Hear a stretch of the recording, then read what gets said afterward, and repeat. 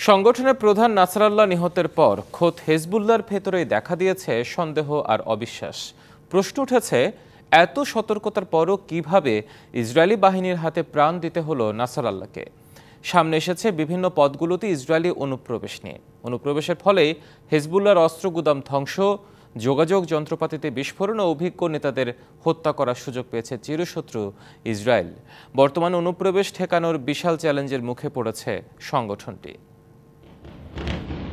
গেল শুক্রবার লেবাননে ব্যাপক বোমা হামলা চালিয়ে নাসরাল্লাহকে হত্যা করে ইসরায়েল। হেজবুল্লাহ প্রধানকে হত্যা করতে দক্ষিণ বৈরুতের একটি আবাসিক ভবনের নিচে ভূগর্ভস্থ সদর দপ্তরে কয়েক মিনিটের মধ্যে ৮০টির বেশি বাংকার বাস্টার ও বোমা দিয়ে হামলা চালায় তেল আবিব।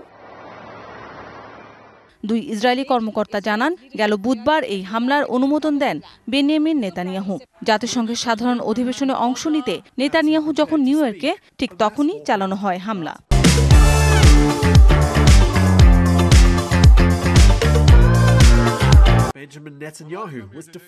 মাত্র এক সপ্তাহ আগে শত শত পেজার ও ওয়াকিটকিতে বিস্ফোরণ ঘটিয়ে বহু হেজবুল্লাহ সদস্যকে হত্যা করে ইসরায়েল। এসব ঘটনার পর বিশ্লেষকরা বলছেন, ইরান সমর্থিত সংগঠনটিতে অনুপ্রবেশ করেই এসব কর্মকাণ্ড চালিয়েছে ইসরায়েল।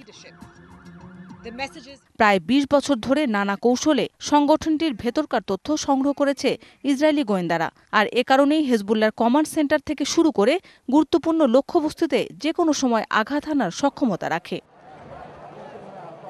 ২০০৬ সালে ইসরায়েলের সঙ্গে মাসব্যাপী যুদ্ধ চলার সময় নাসরাল্লাহ জনসম্মুখে আসেননি। এছাড়া দীর্ঘদিন ধরেই খুব সতর্কভাবে জীবনযাপন করছেন। গতিবিধিও ছিল খুবই সীমিত।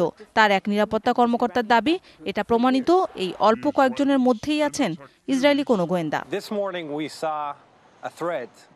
দীর্ঘ পরিকল্পনার পর জটিল এই অভিযান পরিচালনা করা হয় বলেও জানায় ইসরায়েলি সামরিক বাহিনী। মৌসুমী শান্তা, ডিবিসি নিউজ ডেস্ক।